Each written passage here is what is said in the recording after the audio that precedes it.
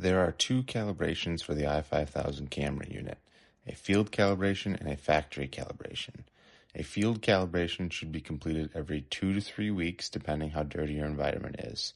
You will see the following message when your verifier is overdue for field calibration.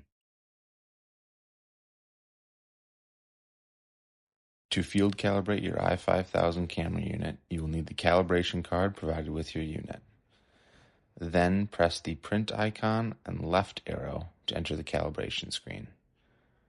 Ensure your calibration card is taken out of the plastic sleeve and the high and low reflectance values match what is shown on the calibration card.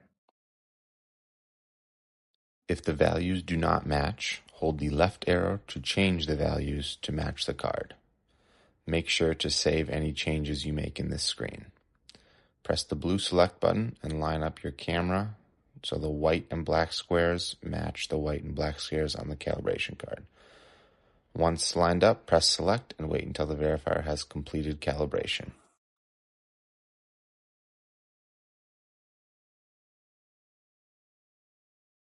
Once you have completed the field calibration, you can test that your unit is reading the reflectance accurately by going back into the calibration screen and then hitting the right arrow.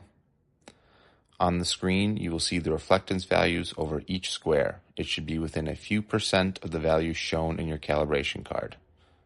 Press up to exit this screen. The other calibration is the factory calibration. This cannot be completed remotely, and this should be completed annually and ensures compliance with ISO standards and traceability to NIST standards. To see when your verifier was last factory calibrated, press the Print and Power button and look towards the bottom of your screen for factory resert date. You can also see the date of last field calibration here as well. This concludes the calibration of your i5000 camera model. Please see our other videos for more information or contact us for further questions.